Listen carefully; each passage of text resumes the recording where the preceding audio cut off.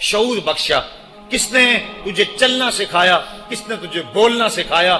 کس نے تیری چھاتی میں زور رکھا؟ آج تو کڑیل جوان ہے، آج دولت کے انبار تیرے پاس ہیں، آج تو چودھری ہے، آج تو خان صاحب ہے، آج تو بہت بڑا عالم ہے، آج تو مفتی ہے، آج تو پیر ہے، آج تو منسٹر ہے، آج تو ناظم ہے، آج دنیا تیری باج گزار ہے، آج تیرے دماغ میں وہ قوت رکھ دی گئی کہ دنیا کو تو انگلیوں پہ نچا رہا ہے۔ ذرا پلٹ کے دیکھنا پیچھے، ذرا پیچھے لوٹ کے تو دیکھ، تو چار پائی کے سہارے بھی چلنا نہیں جانتا تھا، پھر تجھے چار پائی سے چلنا سکھایا، پھر تو نے چلنا، اور چلتا تھا 2 قدم تو گر پڑتا تھا۔ ذرا ماضی کی طرف پلٹ کے دیکھ، اور تو بھول گیا رب کو جس نے تجھے اتنا کچھ دیا۔ چل ماضی کی طرف پلٹ کے نہیں دیکھنا، مستقبل کی طرف ہی جھانک کے دیکھ لے۔ ایک وقت پھر دوبارہ تیرے اوپر ایسا آئے گا، پھر تیری بولتی بند ہو جائے گی، پھر تیرا چلنا بند ہو جائے گا۔ چار پائی سے لگ گیا، مورے میں تکلیف ہو گئی، تو فالج زدہ ہو گیا۔ سارے گھر والے 4 دن تو بڑی خدمت میں لگے رہے، لیکن انہیں اپنے کام بھی تو کرنے تھے، پھر آہستہ آہستہ تجھے اگنور کرنا شروع کر دیا۔ تو بھی اس بات کو سمجھنے لگا۔ پھر وہ وقت بھی آیا کہ تیری چار پائی کو اندر سے اٹھا کے برآمدے میں رکھ دیا کہ بابا کھانستا ہے، بچے جس طرف ہوتے ہیں جراثیم پھیلتے ہیں، اب نوکر تجھے روٹی دینے لگا۔ شام کو بیٹا آتا ہے، 2 لمحے کھڑا ہوتا ہے، پھر اپنے بیڈ روم میں چلا جاتا ہے، تو اس کی صورت کو ترستا رہتا ہے۔ آج تیری زندگی اجیرن بن گئی، پھر تیرے اوپر ایسے حملے بیماریوں کے ہوئے، ایسی تکلیفیں ہوئیں، بول و براز بھی اوپر، لوگ ناک پہ کپڑا رکھ کے تجھے اٹھاتے ہیں۔ اس وقت تو اپنی زندگی سے تنگ آ گیا، تو کہتا ہے ڈاکٹر کو لگا زہر کا ٹیکہ، مجھے موت آ جائے۔ بتا ہم تجھے موت بھی نہ دیتے تو کیا کرتا؟ ہم نے تجھے زندگی دی تھی، یہ ہمارا احسان، اور اب تمہیں موت اگر دیں گے تو یہ بھی ہمارا احسان ہے۔ اگر تو تڑپتا تھا، تیری زندگی جو ہے وہ اجیرن بن چکی تھی، سارے تجھ سے تنگ آ گئے تھے، تیرے بیٹے بھی کہتے دعا کرو اللہ بابے کو پردہ دے دے، سارے تیرے پردہ مانگ رہے تھے، اب بتا کہ ہم تجھے پردہ بھی نہ دیتے تو کیا کرتا؟ ثم اماتہ فاقبرہ، شکر کر ہم نے تجھے موت عطا کر دی، فاقبرہ، اور پھر اس کے بعد تجھے قبر دی۔ کتا بھی تو مرا تھا، گھسیٹ کے روڑی پہ ڈال دیا، بکری بھی تو مری تھی، گھسیٹ کے روڑی پہ ڈال دیا، تجھے بھی روڑی پہ ڈال دیا جاتا تو کیا تھا؟ لیکن کہا نا یہ میرا شاہکار ہے، پہلے سے غسل دو، بیری کے پتے بھی ڈال لینا، صفائی خوب ہو جائے، اس کو چٹے لباس کا کفن دو، اس کے سند سند پہ خوشبو ملو، اس کو سلگھاؤ، خوشبوئیں سلگھاؤ، اس کو خوبصورت چارپائی پہ ڈالو، اس کے اعضائے سجدہ پہ مشک ملو، اور اس کی جو ہے وہ چارپائی کے دائیں بائیں پھول رکھو، اور اب سارا زمانہ تیرا منہ دیکھنے آ رہا ہے، ذرا سوچ تیرا منہ دکھانے کے قابل ہے؟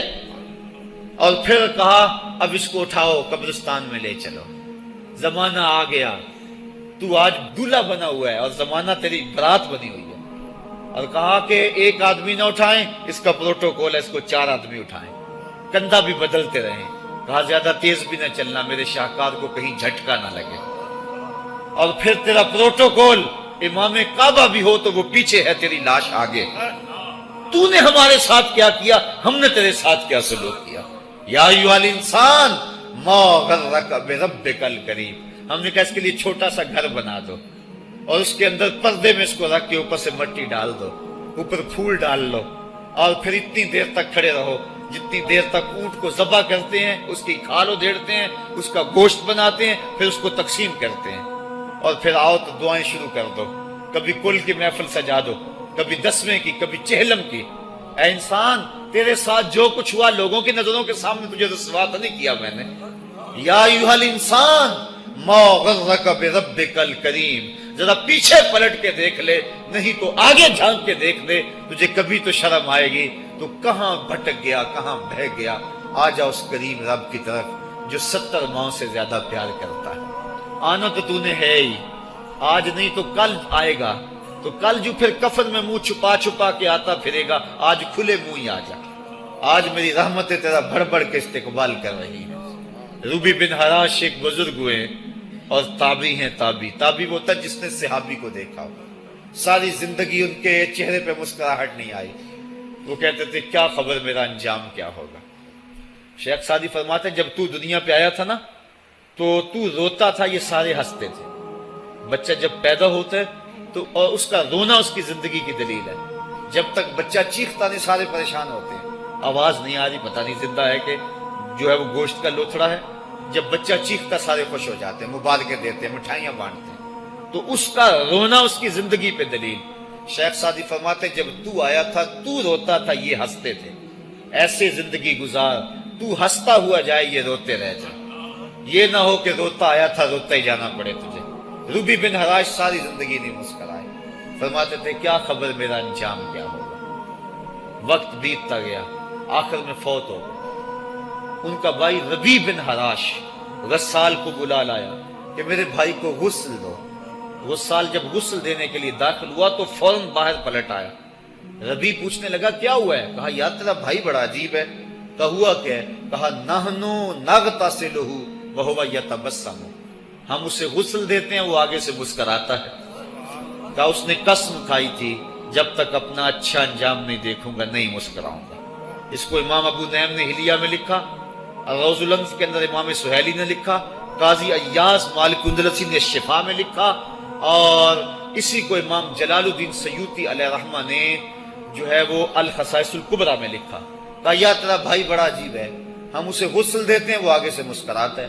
تو اس نے قسم کھائی تھی جب تک اچھا انجام نہیں دیکھوں گا نہیں مسکراؤں گا.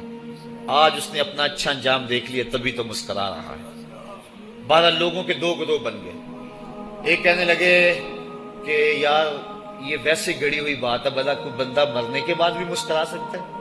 ایک گروہ کہتا ہے یار بندہ بڑا اچھا تھا, ہو سکتا ہے کہ مرنے کے بعد مسکرایا ہو, زندگی تو اس نے دکھ سے گزاری لیکن بعد میں تو سکھ ملا ہوگا. اتنے میں انہیں غسل دے دیا گیا اور لوگ اکٹھے ہو کے ان کے گھر آ گئے. انہیں کفن دے کے پٹڑے پہ ڈال دیا گیا. ربی بن حراش نے جب لوگ باتیں کر رہے تھے, کوئی کہہ رہا تھا صحیح ہے کوئی کہتا ہے غلط تھا, تو اس نے کفن سے ہاتھ باہر نکالا اور لوگوں کو کہا السلام علیکم. لوگوں نے کہا وعلیکم السلام, اتتکلم بعد الموت, عجیب بات ہے مرنے کے بعد باتیں کر رہے ہو. قال نعم اتکلم بعد الموت, کہا ہاں ہاں میں مرنے کے بعد ہی باتیں کر رہا ہوں. عرش فرش تے بانگا ملیاں تے مکے پہ گیا شور, بلے شاہ سا مرنا نہیں تے گور پیا کوئی ہور. فَلَنُحْيِيَنَّهُ حَيَاتًا طَيِّبَةً, ان کو حیات طیبہ بخش دی جاتی ہے جو اللہ کے نام پہ اپنی زندگی گزار دیتے ہیں. میرا رب کہتا ہے کہ میں ان کو مرنے نہیں دیتا, ان کو ستھری اور پاکیزہ زندگی دیتا ہوں. اور اقبال کہتا ہے فطرت ہستی شہید آرزو رہتی نہ ہو, خوب تر پیکر کی اس کو جستجو رہتی نہ ہو. موت کو سمجھا ہے غافل اختتام زندگی, یہ ہے شام زندگی صبح دوام زندگی. تو کہا ہاں ہاں مرنے کے بعد باتیں کروں. لوگوں نے کہا بتا پھر تیرے رب نے تیرے ساتھ سلوک کیا کیا. تو ربی جو فوت ہو چکا ہے کہتا ہے استقبلنی ربی غیر غضبان واستقبلنی بروح و ریحان. کیا پوچھتے ہو, اس کے قدرت والے چہرے پہ کوئی غصہ نہیں تھا. اس نے روح و ریحان کے پھولوں کے ہار میرے گلے میں ڈالے. لوگوں نے باتیں پوچھنا شروع کر دی. موقع مل گیا ایک مردہ بول پڑا, کوئی ادھر کی پوچھ رہا ہے کوئی ادھر کی پوچھ رہا ہے. امام ابو نعیم لکھتے ہیں کہ جب لوگوں نے سلسلہ کلام طویل کر دیا تو ربی بن حراش نے کہا اجلوا بی ولا تؤخروا بی لان ابا القاسم ينتظر علی الصلاۃ, دیر نہ کرو مجھے جلدی جلدی قبرستان میں لے جاؤ, تم مجھے باتوں میں لگا رہے ہو. امام الانبیاء میرے جنازے کا انتظار فرما رہے ہیں. لوگوں نے جنازہ پڑھا اور اپنے گھروں میں آنے کی بجائے سیدھا ام المومنین حضرت عائشہ صدیقہ رضی اللہ تعالی عنہا کی چوکھٹ پہ چلے گئے اور جا کے سارا ماجرا کہا. وہ ابھی باقاعد حیات تھیں. کہ ایک آدمی نے مرنے کے بعد یوں باتیں کی ہیں, آپ اپنی رائے بتائیں کہ یہ کیا ہو سکتا ہے. تو ام المومنین رضی اللہ تعالی عنہا نے فرمایا تم کیوں پریشان ہو گئے ہو, میرے سرتاج آقا فرما گئے ہیں کانا رجل من امتی یتکلم بعد الموت, میری امت میں ایسے مرد بھی ہوں گے جو مرنے کے بعد باتیں کیا کریں. تو وہ لوگ جنہوں نے اپنی زندگی اللہ کے نام لگا دی اور اس کے ذکر کے نام لگا دی, وہ مرنے کے بعد بھی ابدی اور سرمدی زندگی پاتے ہیں. اور جو لوگ اللہ سے بے بہرہ ہیں, اس کی خشیت سے جن کا سینہ خالی ہے اور دین کا چراغاں جن کے سینے میں نہیں ہے, وہ چلتے پھرتے بھی مردہ ہیں. ان کے سینے میں دھڑکتا ہوا دل تو ہے لیکن تمانیت کا نور اس میں نہیں رکھتے ہیں. وہ دھرتی کے اوپر چلتے تو ہیں لیکن دھرتی کا بوجھ ہیں. لیکن یہ لوگ وہ دھرتی کی چھاتی میں ہیں لیکن دھرتی کا وقار ہے. ان کی قبروں سے بھی زندگی پھوٹ رہی ہے اور ضیائیں پھوٹ رہی ہیں. میں جب بھی کبھی لاہور گیا ہوں تو ایک منظر مجھے اپنی طرف کھینچتا ہے. جب میں دریائے راوی کے اس پار ہوتا ہوں تو میں ایک قبر دیکھتا ہوں جس پہ حسرتیں برس رہی ہیں. وہ بر صغیر کا مطلق العنان حکمران جس کی کے اشارہ ابرو سے ہندوستان کی تقدیر بدلتی تھی، آج چند تاش کھیلنے والی ٹولیاں اس کی قبر پہ بیٹھی ہیں. اس کی محبوب بیوی جو بادشاہ کے پیچھے بیٹھتی تھی اور پردہ پیچھے لٹک رہا ہوتا، بادشاہ کا کوئی فیصلہ اسے ناگوار ہوتا، پیچھے سے وہ کمر ٹھونکتی، بادشاہ فیصلے بدل لیتا. جس کے اشارہ ابرو سے ہندوستان کی تقدیر کے فیصلے تبدیل ہوتے تھے، اس کی قبر بھی ساتھ ہی اندھیرے میں ہے. اور اس کی بیٹی کی قبر کے اوپر زیب النساء کے مقبرے پہ لکھا ہے: بر مزار ماں غریباں، نہ چراغے نہ گلے، نہ پرے پروانہ سوزد، نہ صدائے بلبلے. ہم غریبوں کی قبر پہ کون چراغ جلانے آئے گا، کون پھول ڈالنے آئے گا؟ نہ کوئی بلبل گیت گانے آئے گی اور نہ کوئی پروانہ پر جلانے آئے گا. یہ وہ جو مطلق العنان تھے، یہ ان کی قبر کی کہانی سنائی. اور جب میں دریائے راوی کا کنارہ پار کرتا ہوں تو ایک لوح مزار وہ بھی ہے جہاں جلی حروف میں لکھا ہے: گنج بخشے فیض عالم، مظہر نور خدا، ناکساں را پیر کامل، کامراں را رہنما. جب زندگی ایک طرح کی نہیں ہوتی تو پھر موت بھی ایک طرح کی نہیں ہوتی. جب دنیا پہ رہنے والے لوگ ایک طرح سے زندگی نہیں گزارتے تو ان کی برزخ بھی ایک طرح کی نہیں ہوتی. تو یہ ہیں وہ لوگ جن کی قبروں پہ آج بھی چراغاں ہیں، جن کے نام کا آج بھی تنتنا ہے. 1000 سال گزر گئے، ان کی نسبی اولاد تو کوئی نہیں ہے، انہوں نے شادی بھی نہیں کی تھی، لیکن اس کے باوجود دن کو چلے جاؤ، کڑکتی دوپہر کو چلے جاؤ، برستی بارش میں چلے جاؤ، لمبی رات کی تنہائی میں چلے جاؤ، موسم کی کسی بھی شدت میں چلے جاؤ، حکومتوں کے بدلتے ہوئے ماحول، مارشل لاؤ کی کیفیتیں، جس دور جس حالت میں مرضی جاؤ، آپ کو وہاں میلہ نظر آئے گا، وہاں ہجوم عاشقہ نظر آئے گا. ارے میں گسارو سویرے سویرے، خرابات کے گرد پھیرے بپھیرے، کبھی اس طرف بھی گزر کر تو دیکھو، بڑی رونقیں ہیں فقیروں کے ڈیرے. تو وہ لوگ جنہوں نے اپنی زندگی اپنے مالک کے نام گزاری وہی زندہ ہیں، وہ سرمدی اور ابدی زندگی پائے ہوئے ہیں.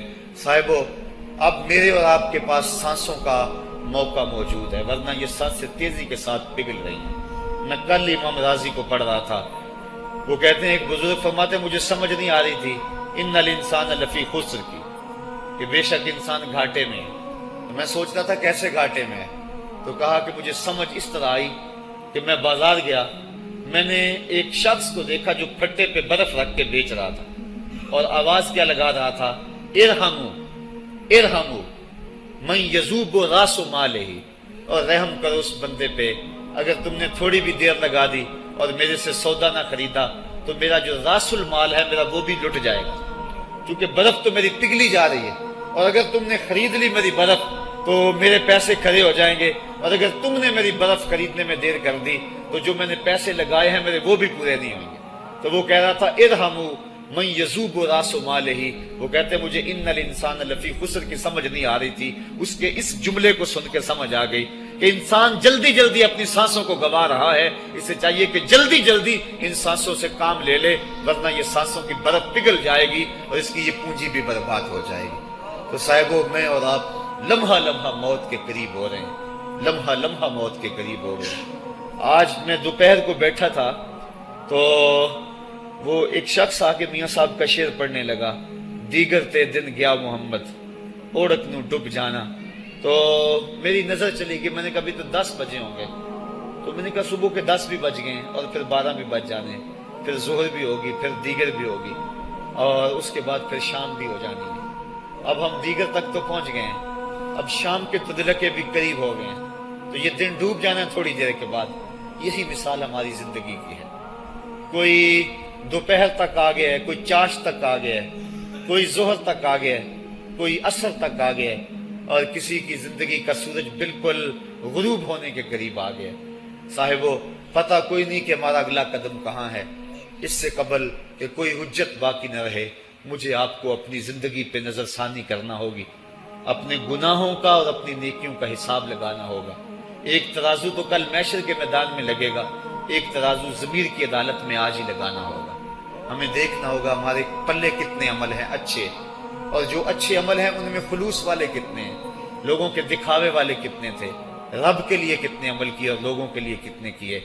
تو پھر ترازو لگا کے ہم نے اپنے اعمال نامے کو آج ہی تولنا ہے اور وزن کرنا ہے، اور اپنی زندگی کو نیکی کا حسن دینا ہے۔ وقت کٹ رہا ہے، زندگی لمحہ لمحہ موت کے قریب ہو رہی ہے، قبل اس سے کہ کوئی حجت باقی نہ رہے، ہم ہاتھ ملتے رہ جائیں، پچھتاتے رہ جائیں تو کیا فائدہ ہوگا۔ بلکہ میں نے تو پڑھا کتابوں میں، علماء لکھتے ہیں قیامت کے دن تو نیکوکار بھی پچھتائیں گے۔ بدکاروں نے تو پچھتانا ہی پچھتانا ہے، نیکوکار بھی پچھتائیں گے۔ بدکار تو اس لیے پچھتائیں گے انہوں نے اتنے گناہ کیوں کیے، تو نیکوکار کیوں پچھتائیں گے؟ جب وہ اپنے اچھے اعمال کی جزا دیکھیں گے تو وہ پچھتائیں گے، ہائے جو چند لمحے ضائع ہو گئے وہ بھی کیوں ضائع ہو گئے، وہ بھی میں نے کیوں برباد کر دیے، وہ بھی اس راستے پہ ڈالے ہوئے ہوتے۔ تو آج مجھے آپ کو موقع ہے، دیکھیں قبریں، کتنی قبریں جو ہیں وہ ہمارے کتنے ملنے والے، ذرا نظر دوڑائیں نا، آج ہم کتنوں کو کندھوں پہ اٹھا کے قبرستان چھوڑ آئے ہیں۔ حضرت غوث اعظم رضی اللہ تعالیٰ عنہ فرماتے ہیں، جا کے قبرستانوں میں دیکھو کتنے کتنے حسینوں کی مٹی خراب ہو رہی ہے، جو اپنے بدن پہ ایک چٹکی مٹی نہیں پڑنے دیتے تھے، آج ان کا کفن بھی تار تار ہو گیا ہے۔ جو اپنے کلف لگے کاٹن کو سلوٹ نہیں آنے دیتے تھے، آج ان کے کفن بھی ٹوٹ گئے ہیں اور ہڈیوں کے جوڑ جوڑ الگ ہو گئے۔ تو وقت ہمارے اوپر وہ آنے والا ہے، کسی نے آج تک موت کا انکار نہیں کیا۔ میں نے لوگوں کو خدا کا انکار کرتے دیکھا، آپ نے بھی دیکھا، لیکن کوئی موت کا آج تک انکار کرتا نہیں دیکھا گیا۔ موت اپنا آپ منوا لیتی ہے۔ میں اور آپ موت کے بتدریج قریب ہو رہے ہیں، ہمارا اٹھنے والا ہر قدم ہمیں موت کے قریب کر رہا ہے۔ تو قبل اس سے کہ وہ وقت آ جائے اور کوئی حجت باقی نہ رہے اور ہم ہاتھ ملتے رہ جائیں، وقت پر کافی ہے ایک قطرہ بھی آب خوش ہنگام کا، جل گیا جب کھیت برسا می تو پھر کس کام کا، پھر تو پچھتاوا ہی ہوگا۔ آج ہم پچھتا لیں تاکہ زندگی میں حسن نیکی کا آ جائے۔ یہ میری آپ سے درد مندانہ اپیل ہے، گزارش ہے، اور میری آپ سے التماس ہے کہ یہ تھوڑی سی زندگی اللہ نے جو مجھے اور آپ کو ودیعت کی ہے، یہ بڑا تھوڑا سا عرصہ ہے، تھوڑا سا موقع ہے۔ یہ دنیا بوائی کا موسم ہے، آخرت کٹائی کا موسم ہے۔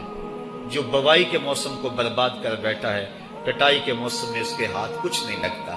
تو آج تخم عمل ڈال لیں، آج ایک بیج ڈالیں گے، کل 70 کاٹ لیں گے۔ لیکن اگر آج کچھ نہ کیا، اپنی سانسیں برف کی طرح پگھلا دیں، تو یہ اس شخص کی طرح ہے جو پھٹے پہ رکھ کے برف کہہ رہا ہے کہ میرے اوپر رحم کرو، اگر تم نے میرے سے برف نہ خریدی تو میرا راس المال بھی لٹ جائے گا۔ ہمارا راس المال سانسوں کی صورت میں لٹ رہا ہے۔ اللہ مجھے آپ کو اپنی رحمتوں کا حصار عطا فرمائے۔ وآخر دعوانا ان الحمد للہ رب العالمین۔